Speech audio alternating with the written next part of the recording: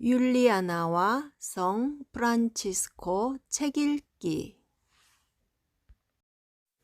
아시시의 성 프란치스코, 요하네스 예르겐센 지음, 조원영 옮김, 프란치스코 출판사. 제3부 하느님 찬미자 프란치스코.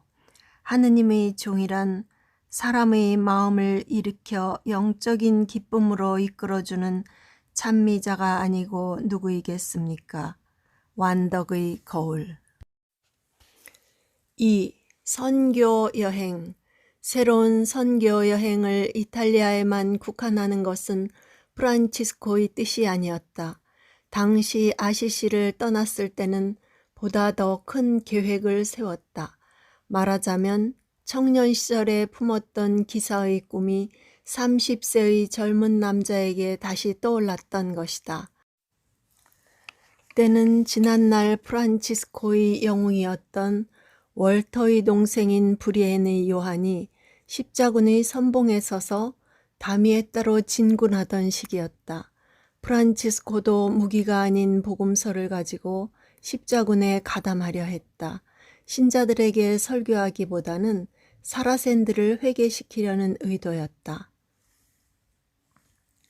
그는 이 새로운 계획에 대해 먼저 교황의 동의를 얻고 싶었다. 성 도미니코가 교황청의 훈령을 받고자 로마로 가는 길에서 자주 목격되었다고 하는데 프란치스코의 경우도 마찬가지였다. 프란치스코는 이노첸시오 3세로부터 구두 승인을 받은 수도 규칙에 대한 약속을 교황에게 상기시키고자 2년 뒤에 다시 로마로 갔다. 그는 이제 하느님께서 형제들의 수를 늘려주셨으니 더 큰 임무를 맡겨주십시오 하고 청할 수 있게 되었던 것이다. 프란치스코의 제3차 선교 여행에 대해서는 그다지 알려져 있지 않다. 도중에 그는 토디 근처 알비아노를 방문해서 그곳 시장에서 설교를 했는데 제비들의 소리가 너무 소란스러워서 제비들이 조용해지도록 했다는 이야기가 있다. 그는 아마도 나르니와 토스카넬라를 지났던 것 같다. 그는 로마에서 예전처럼 큰 길이나 골목길에서 설교를 했다. 그때 두 형제를 얻었는데 한 사람은 자카리아로 나중에 스페인의 선교사가 되었고 다른 한 사람은 첫 번째 영국 회원인 윌리엄이었다. 수도회의 장례로 보아 훨씬 더 중요한 일은 한 부인과 맺은 우정이었다. 그녀의 남성적 성격 때문에 나중에 야고바 형제라고 불렸던 사람이다. 그녀는 로마의 귀족인 그라시아노 프란지파니의 미망인이며 본명은 자코마 혹은 야고바 데 세테솔리였고 나이는 25세가량이었다.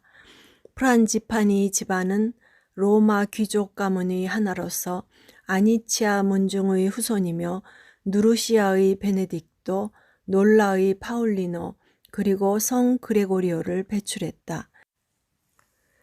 717년 당시 족장이던 플라비오 아니치오 피에트로는 로마가 기근에 빠졌을 때 빵을 충분히 나누어 주었기 때문에 빵을 나누어 주는 사람이라는 칭호를 얻었다. 13세기 초 프란지파니 집안은 트란스 티베리안 지역과 에스큘리네의 방대한 토지를 소유하고 로마에서 살았는데 그들의 재산 중에는 septimius 세베루스의 septi존이움의 성곽 같은 유물들이 있다. 그래서 지금도 로마에는 그 이름이 비아델레 세테 살레 거리로 남아있으며 여기서 그라시아노 프란지파니의 부인은 데세테 솔리라는 이름을 얻었다. 야고바 부인에게는 노르만과 시칠리아의 피가 섞여 있다고 한다. 그녀는 1210년에 결혼해서 아들 조반니를 둔 것으로 보아 아마 1190년경에 출생한 것으로 보인다. 남편이 세상을 떠난 직후에 둘째 아들 그라시아노를 낳았다. 아시시의 프란치스코와는 1212년에 이미 지인 관계를 맺고 있었고, 움브리아의 전도자가 다시 로마를 방문했을 때 진실된 의종으로 발전하게 되었다. 프란치스코가 자신의 계획에 대해 인노첸시오 3세의 축복을 받는 과정에서는 별다른 어려움이 없었다. 어느 항구의 성가 배를 탔는데 폭풍이 몰려와서 배가 슬라보니아 해안에 좌초하게 되었다. 그곳에는 동방으로 가는 배편이 없었다. 때는 연말이었고 날씨도 항해하기에 좋지 않았다. 그는 앙코나행 배를 타려 했으나 선원들은 그와 동료들을 태우려 하지 않았다. 그래서 그들은 선원들 몰래 배의 창고에 숨어가기로 했다. 배가 넓은 바다로 나오자 그들은 창고 밖으로 나왔다. 그런데 또 날씨가 나빠져서 예정보다 일정이 늦어지는 바람에 식량이 떨어졌다. 숨어 탔던 프란치스코와 동료들은 지니고 있던 양식을 선원들에게 주고 나서야 용서받을 수 있었다. 프란치스코는 어렵게 이탈리아에 도착한 뒤에 습관대로 도시를 돌아다니면서 설교를 했다.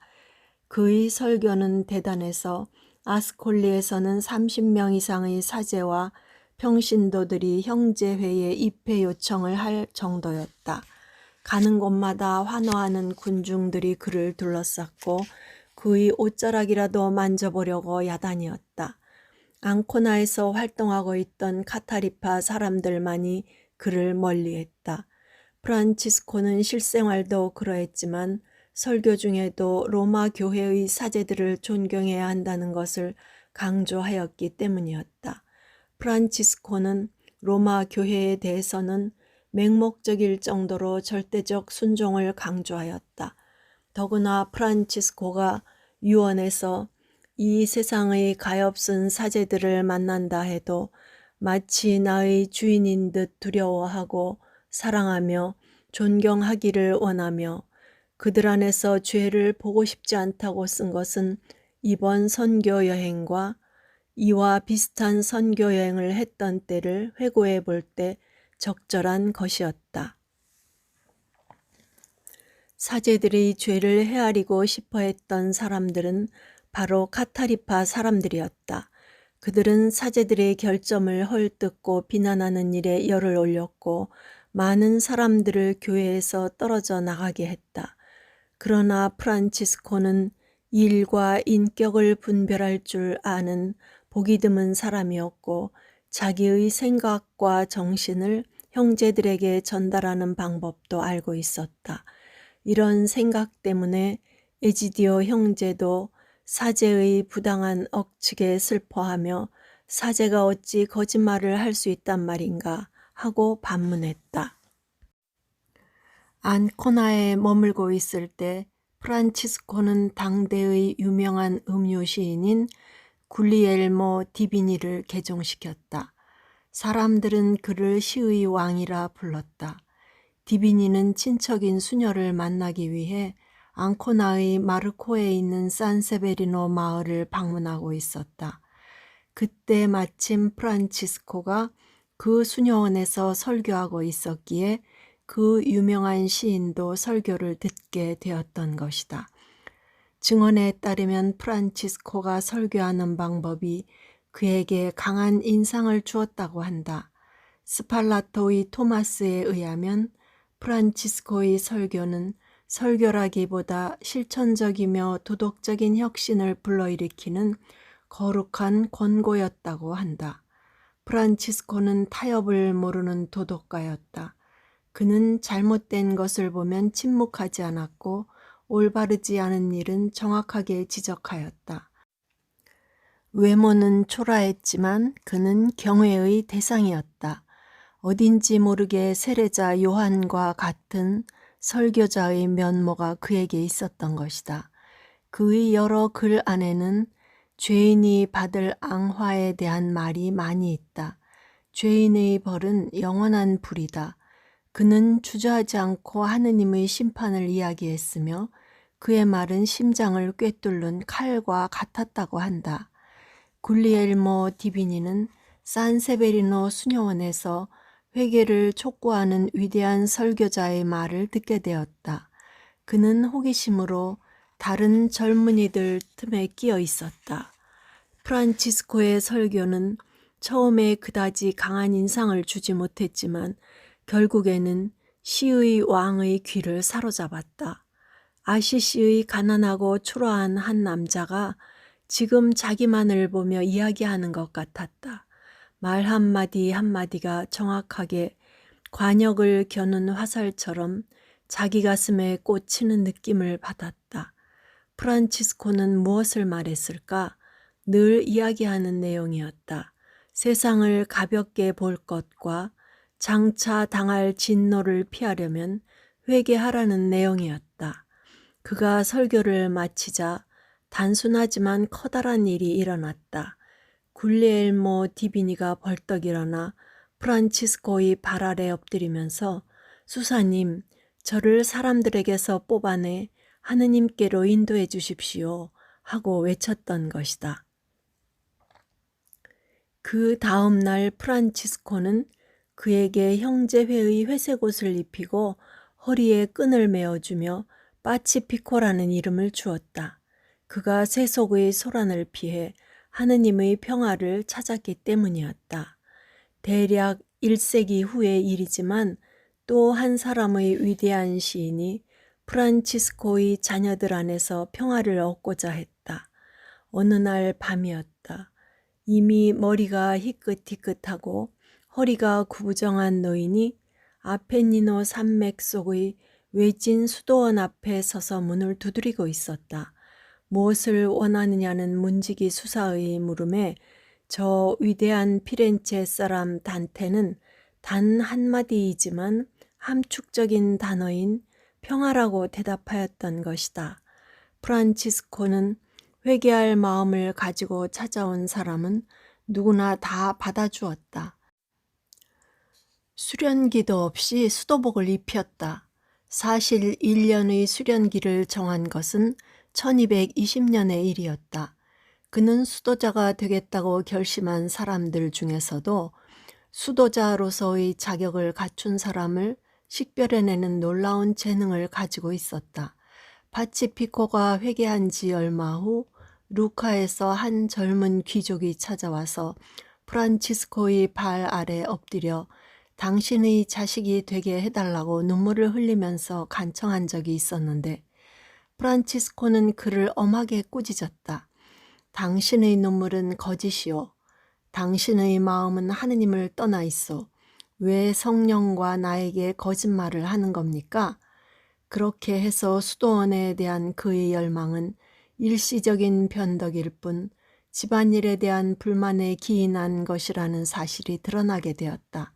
결국 그는 부모가 집으로 돌아오라고 간청하자 기다렸다는 듯 따라가 버렸다. 프란치스코는 특히 지식인들에게 신경을 썼다. 그는 드러내놓고 이렇게 말하였다. 지식인이 찾아와서 말을 시작하면 나는 그의 동기가 참된 것인지를 즉시 압니다. 보십시오, 형제님. 저는 오랫동안 세속에서 살면서 나의 하느님을 잘 몰랐습니다. 세상의 번잡함에서 떠나 있을 수 있는 곳에서 제가 낭비했던 세월을 슬퍼하며 앞으로 더 잘 살 수 있도록 도와주십시오. 프란치스코의 마음은 누구에게나 열려 있었다. 세속에서 상속권을 잃은 사람, 가난한 사람, 억압받는 사람, 불행한 사람, 억울한 사람, 나병한 자, 도둑과 강도들에게 아무 조건 없이 열려 있었다. 사실 베네딕토회 수도 규칙에도 손님을 그리스도처럼 모셔야 한다는 말이 있었다. 하지만 프란치스코는 회개 초기에 이 규칙이 잘 지켜지지 않는 것을 경험했다. 사회 속에서 어느 정도의 신분이 있는 사람에게는 잘 지켜졌으나 꼭 필요한 사람, 곧 집 없는 사람, 방랑자, 거린들에게는 그 문이 열리지 않았던 것이다. 프란치스코가 수도규칙에서 아름다운 표현으로 찾아오는 사람은 누구나 벗이나 원수든 도둑이나 강도든 모두를 친절하게 맞을 것입니다. 라고 쓴 것은 산타마리아 델라 로카에서 보낸 젊은 시절의 경험을 거울 삼았기 때문이다. 가장 열정적인 제자들까지도 이 문제에 있어서는 그를 따르기가 힘들었다. 이 수도의 초창기에 있었던 인상 깊은 이야기가 완덕의 거울에 기록되어 있다. 보르고 산세폴크로에 있는 운수처, 곧 몬테 카살레에서 있었던 일이다. 보르고 산세폴크로는 라베르나와 구비오의 중간 지점에 있는 마을이다. 산적대가 항상 숲속에 숨어 살면서 때때로 지나가는 행인들의 보따리를 빼앗곤 하다가 보르고 산세폴크로 마을 위쪽에 있는 형제들의 은둔처로 식량을 구하러 왔다. 어떤 형제들은 그들에게 애긍한다는 것이 옳지 않다고 하는가 하면 어떤 형제들은 동정심을 가지고 애긍하며 그들을 회개하도록 설득하곤 하였다. 그때 마침 성 프란치스코가 이 은수처에 왔다. 그래서 그에게 애긍하는 것이 옳은 일인지 어떤지를 형제들이 물어보았다. 이에 그는 대답하였다. 여러분들이 내가 말한 대로 한다면 우리는 그들의 영혼을 돌봐주게 될 것이라고 확실히 믿습니다. 그러니 좋은 빵과 포도주를 그들이 살고 있는 숲속으로 가져가십시오. 그리고 그들에게 소리쳐서 산적 형제들이여 이리 나오십시오. 우리는 형제들입니다. 여러분들에게 좋은 빵과 포도주를 좀 가져왔습니다. 라고 하십시오. 그러면 그들은 나올 것입니다. 그때 땅바닥에 보자기를 펴고 그 위에 빵과 포도주를 내려놓고는 그들을 공손하고 친절하게 대접하십시오. 식사가 끝나거든 그들에게 주님의 말씀을 전하고 주님의 사랑으로 여러분의 첫 부탁을 들어달라고 요청하십시오. 그 부탁이란 어떤 사람이든지 해치지 않겠다는 약속입니다. 너무 서둘러 부탁하면 그들은 들어주지 않을 것입니다. 그러나 공손하게 사랑으로 대하면 즉시 이를 약속할 것입니다. 그리고 얼마 후에는 그들이 약속을 지키고 있다는 것을 알고 있다는 표시로 그들에게 달걀을 빵과 포도주와 같이 가지고 가십시오. 그리고 그들이 다 먹을 때까지 그들을 접대하십시오.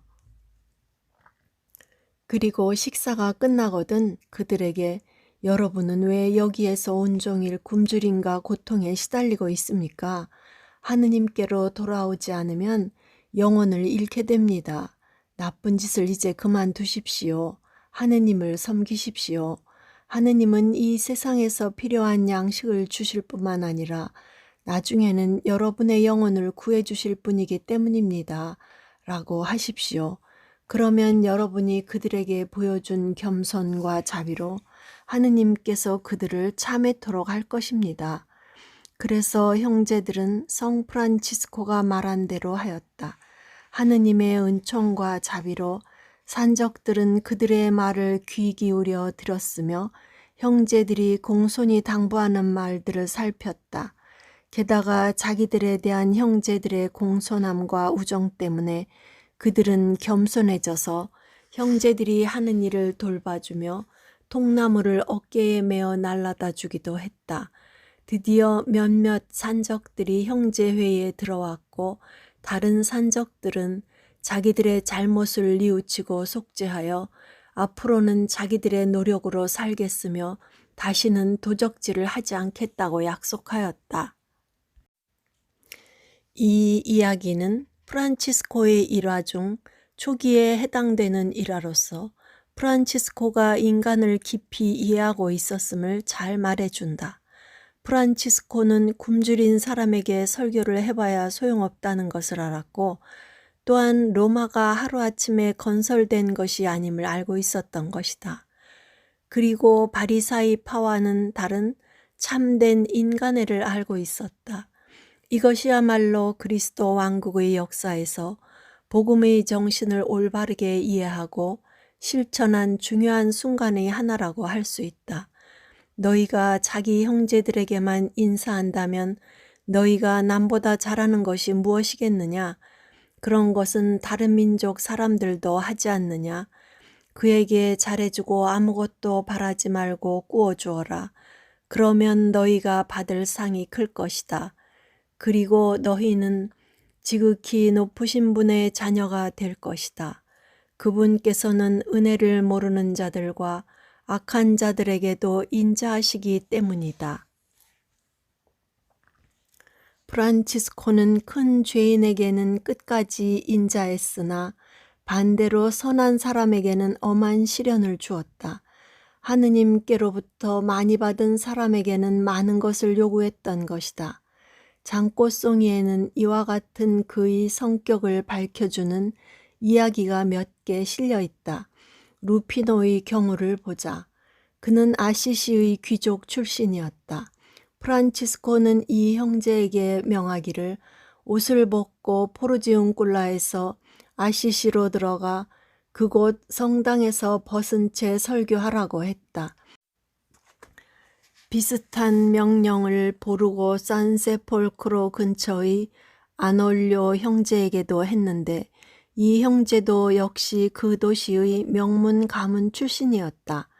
그도 역시 벌거벗은 채 도시로 들어가서 프란치스코가 다음날 그곳에서 설교할 것이라 알리도록 명을 받았던 것이다.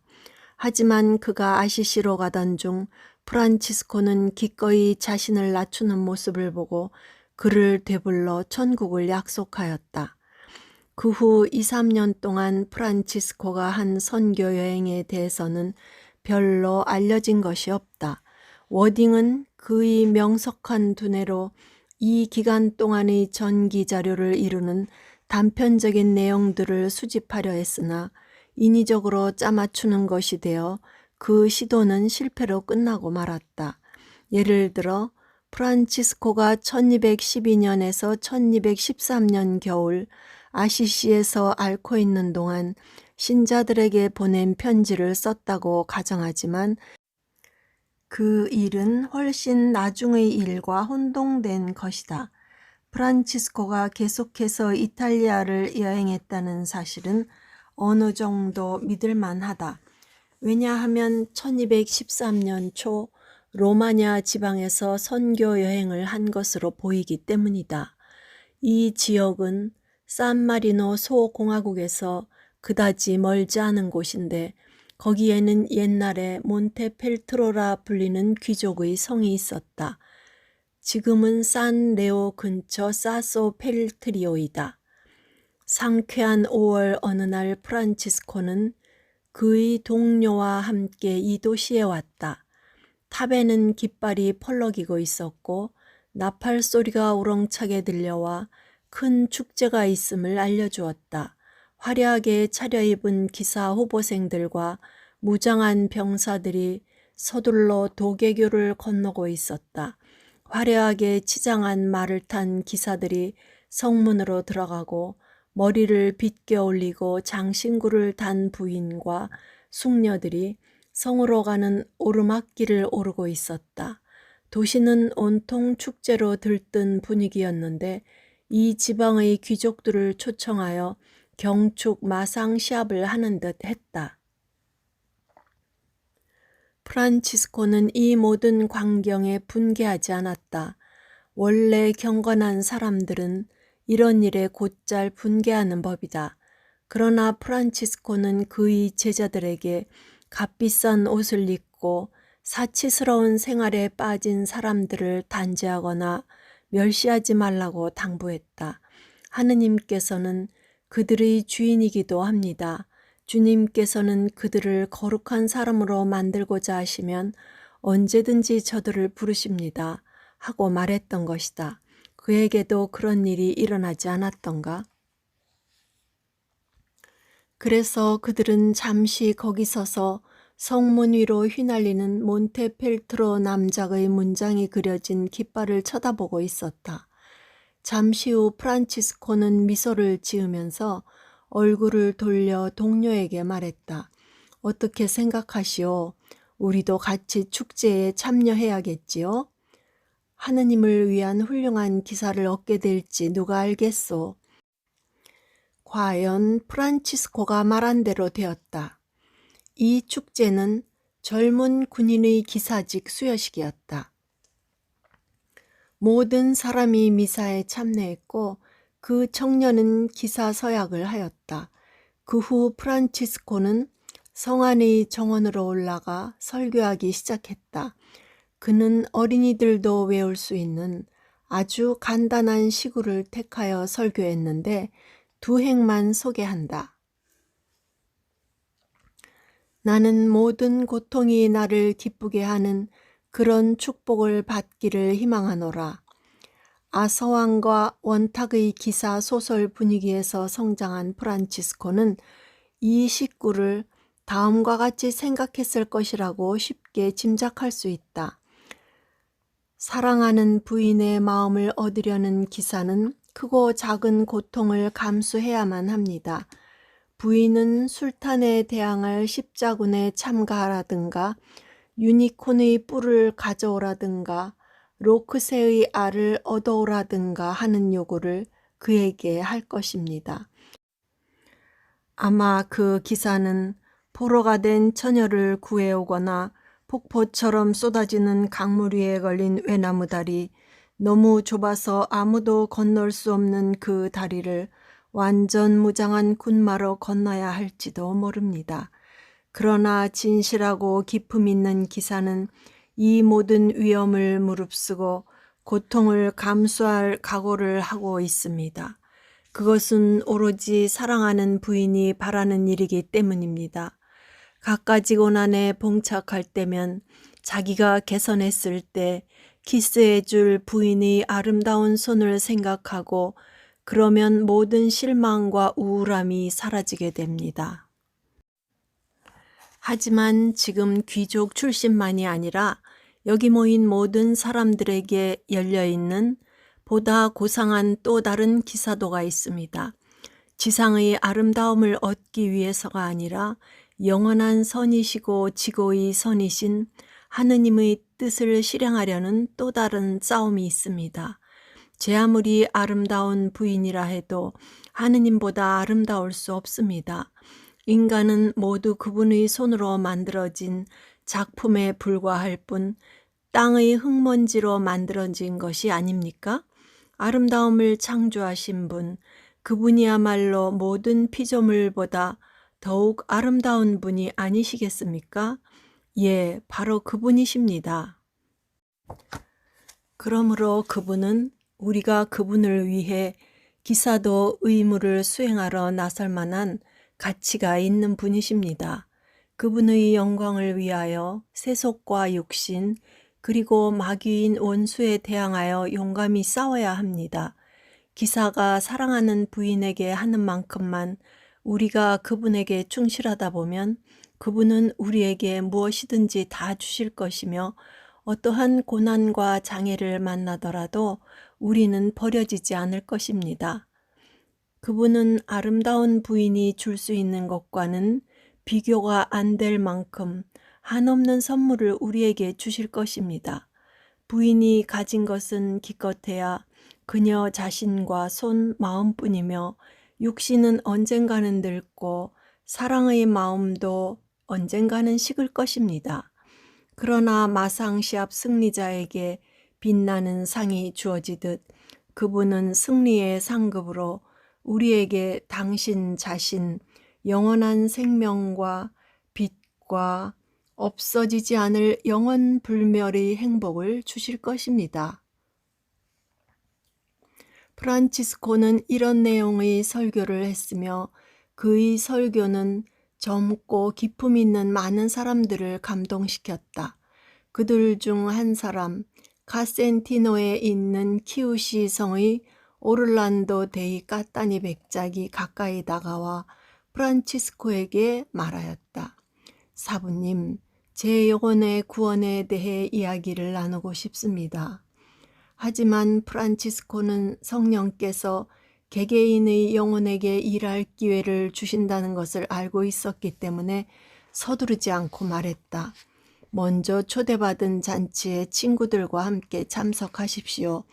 그 다음 편안하게 조용히 이야기합시다. 마상 시합이 끝나자 그 젊은 백작은 다시 프란치스코를 찾아왔고 의논 끝에 이렇게 말했다. 저는 토스카나에 산을 하나 가지고 있습니다. 라베르나라고 하는데 아주 조용해서 기도 생활을 하기에는 알맞은 곳이지요. 당신과 당신 형제들이 그곳에 살고 싶다면 제 영혼의 구원을 위해 기쁘게 드리겠습니다. 복되신 성 프란치스코의 행적은 이에 대하여 다음과 같이 전한다. 그는 전부터 기도하기 적당하고 조용한 장소를 찾고 있었다. 그래서 먼저 신자들을 통해서 당신 양떼를 돌보시는 하느님께 감사를 드린 다음 오를란도 경에게 감사를 표하면서 이렇게 말했다. 백장님, 당신이 귀향하실 때 두 형제를 당신과 동행하도록 보내겠습니다. 그 형제들이 그곳을 보고 기도와 묵상하기에 적합한 곳이라고 판단하면 당신의 우정어린 선물을 기쁘게 받겠습니다. 프란치스코는 오를란도 백작의 선물을 보러 즉시 가지는 않았다. 다시금 순교의 면류관이 멀리서 손짓하고 있었던 것이다. 그는 성지에 가는데 성공하지 못했지만 이번에는 지중해 건너편에 있는 회교국인 모로코에 복음을 전할 계획을 세웠다. 술탄 모하메드 벤 나세르는 철자를 바꾸어 에미르 엘 무메닌 곧 신자들의 지도자로 행세했기 때문에 그리스도교인들은 그를 미라몰린이라 불렀다. 이 술탄은 톨로사에서 스페인에게 패하고 아프리카로 강제 귀환당했다. 이제 프란치스코는 그를 찾아갈 결심이었다. 그는 아마 1213년에서 1214년 겨울에 출발한 것으로 보인다. 그는 스페인을 경유하여 여행했으나 목적지에 도달하기 전에 병이 나서 아무런 성과도 없이 돌아와야 했다. 포르지움꿀라에 도착한 후 그는 새로운 형제들을 받아들였다. 그들 중에는 토마스 첼라노도 끼어 있었다. 이방인들에게 선교하려던 일이 실패한 그 이듬해에 프란치스코는 제4차 라테라노 공의회의에 참석한 것으로 보인다. 이때 인노첸시오 3세로부터 클라라와 그 수녀들의 가난 특전에 대한 인준이 이루어진 것으로 보인다. 프랑스의 고위 성직자인 비트리의 야고보가 성지를 향해 이탈리아를 지나는 도중에 작은 형제들과 처음 사귀었던 때도 거의 같은 무렵이었다. 1216년 10월 제노바에서 고향 친구인 프랑스 참사원에게 보낸 편지에서 그는 다음과 같이 쓰고 있다. 그때 내가 교황청에 머무는 동안 여러 가지를 보았는데 불쾌한 일이 많았네. 모든 게 너무 정치적이고 법적이었으며 세속의 시대의 주류를 쫓는 것들이었어. 영적인 일은 한마디도 할 수 없는 처지였지. 하지만 내게 위안이 되는 일이 하나 있었네. 많은 남자와 여자들, 그들 중에는 부자도 있고 세상 일에 능란한 사람들도 있었는데 그들은 모두 그리스도를 위해서 모든 것을 버리고 세속을 떠난 사람들이라는 거야. 그들은 작은 형제들이라 불리고 있었고 교황과 추기경들이 그들에게 대단한 경의를 표하더군. 그들은 세속적인 일에는 별로 관심이 없고 오직 영혼들을 속세의 허무함으로부터 끌어내기 위하여 열과 성을 다해 밤낮으로 힘쓰고 자신들도 구덩이에 빠지지 않고 구원을 받으려고 애쓰는데 그들은 벌써 하느님의 가호로 풍성한 수확을 거두고 있더군. 그들은 신자들의 무리가 한마음 한뜻이 되었다고 기록되어 있듯이 초대 교회 신자들이 표양을 본받아 생활하고 있었던 걸세. 낮에는 일을 하고 영혼의 구원을 위해 마을이나 촌락에도 나가지만 밤에는 황량하고 쓸쓸한 곳으로 돌아와 자기들끼리 기도를 바치더군. 여자들은 마을 근처에 있는 은수처에 머물고 있었는데 이들은 아무것도 받지 않고 손수 일하며 생계를 꾸려가고 있었다네. 그런데 이 수도의 수사들은 규정에 따라 1년에 한 번씩 정해진 장소에 모여 함께 축일을 지내며 주님 안에서 기쁨을 나누더군. 훌륭한 사람들의 도움을 받아 그들은 수도 규칙을 만들어 선포했는데 그것은 교황님의 인준을 받았다네. 이 모임이 끝나면 뿔뿔이 흩어지는 것 같더군. 1년 동안 그들은 롬바르디아, 토스카나, 풀리아, 시칠리아 등지에서 산다고 들었네. 그런데 거룩하고 하느님을 경외하는 사람으로 알려진 교황 비서 니콜라오가 최근에 교황청을 나와 그들에게 갔지만 교황님이 그를 꼭 필요로 했기 때문에 다시 소환했다는 거야. 1216년 여름 교황청이 페루자로 옮겨졌다. 비트리의 야고보의 표현대로 프란치스코가 시작한 운동은 고위 성직자에게까지 파급되어 있었던 것이다. 여기에 언급된 니콜라오 주교는 투스쿨룸의 주교로서 후에 니콜라오 키아라 몬티 추기경이 되었는데 그는 작은 형제회에 매우 호의적이어서 작은 형제회 수사 한 사람을 자기 곁에 두었던 것으로 나중에 밝혀졌다. 그리고 또 한 분의 추기경이 처음으로 작은 형제들을 방문한 시점도 같은 시기로 보고 있다. 이분은 오스티아의 우골리노 추기경으로 나중에 이 수도회의 친구이자 영원한 보호자가 되었다. 완덕의 거울에는 그가 성직자들과 군인들을 포함한 많은 사람들을 데리고 형제들이 회의하고 있던 포르지움콜라를 방문해서 형제들이 가난하게 살고 있는 현장을 보았다고 기록되어 있다. 그는 형제들이 집더미 속에서 누워 자며 맨 땅에서 먹는 것을 보고는 감동해서 눈물을 흘리며 외쳤다고 한다. 매일매일 남아 돌아갈 만큼 사치스럽게 산 우리는 어찌해야 할꼬. 프란치스코가 교황청과 친밀한 관계를 맺을 때가 온 것이 확실했다.